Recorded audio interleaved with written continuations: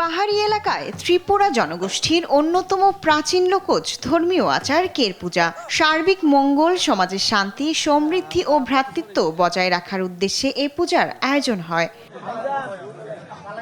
পূজার সময় একটি পুরো পাহাড়কে পবিত্র ঘোষণা করে চারদিক থেকে ঘিরে ফেলা হয়। নির্দিষ্ট সময় পর্যন্ত বাইরের কারো যাওয়া থেকে আসা সম্পূর্ণ নিষিদ্ধ। পুরোহিত অচায়ের নেতৃত্বে বাঁশের কাঠামোতে দেবতার প্রতীক স্থাপন করে অর্ঘ্য, বলিদান ও ধর্মীয় আচার সম্পন্ন করা হয়। নিয়মটা আমরা আদি হইতে প্রথাগত হতে ওইটা আমাদের নিয়ম আছে, ওইটা নিয়ে আমরা চলতেছে। বেগুন বেগুন টাকা দিন পরে আমি তারপরে ওই দেবতার নাম নবী ভাবি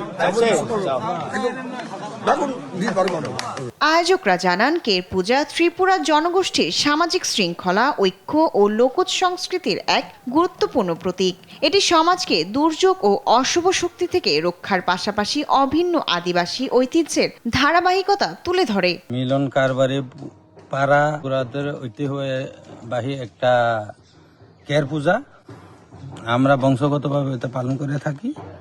আমরা যারা আছি, আমরা যারা জুম চাষ এবং যারা ক্ষেত খামারে লেখাপড়া হইতে শুরু করে আমরা যারা বাইরে থাকি বা ভিতরে বাংলাদেশে যারা আছে, তাদের শান্তির কামনাই কিন্তু এই পূজাটা বিশেষ করে করা হয় বলে আমি বিশ্বাস করি আর কি। প্রাচীন বিশ্বাস, কঠোর নিয়ম আর সামাজিক ঐক্যের বন্ধনে খাগড়াছড়িতে বৃহস্পতিবার শেষ হয় 2 দিনের এই কের পূজা।